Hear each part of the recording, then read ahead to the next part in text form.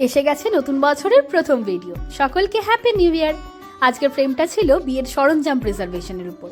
Customer আমাকে যখন মালাটা পাঠায় তার ম্যাক্সিমাম ফ্লাওয়ার্সই খুব বাজেভাবে খারাপ হয়ে গেছিল, তাই হাতে গোনা কয়েকটা পেটেলসই পেয়েছিলাম প্রিজার্ভেশনের জন্য। দেখুন কিভাবে খারাপ হয়ে গেছে, তাই ম্যাক্সিমাম ফ্লাওয়ার্স আমাকে ফেলে দিতে হয়েছিল। এছাড়াও ছিল বিয়ের মুকুট, বরের টোপরের দুটি অংশ, একটা বিয়ের কার্ড যার প্রথম অংশটুকু শুধু নেওয়া হয়েছিল, একটি দর্পণ এবং কার্ড থেকে নেওয়া তাদের দুজনের নামের একটি অংশ। ফ্রেমটা ছিল 12x16 ইঞ্চেসের টিকউড ফ্রেম।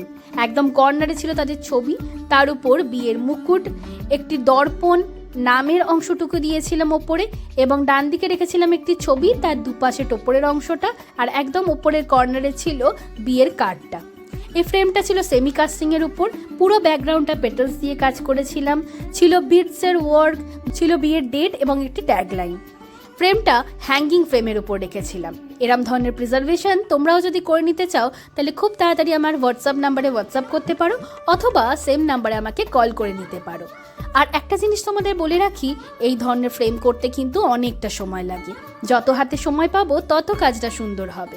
তাই তোমরা যখন অর্ডার করবে তখন প্লিজ তোমরা একটু হাতে সময় নিয়েই অর্ডার করো, যাতে কাজটাকে আমি খুব সুন্দর করে তোমাদের দিতে পারি।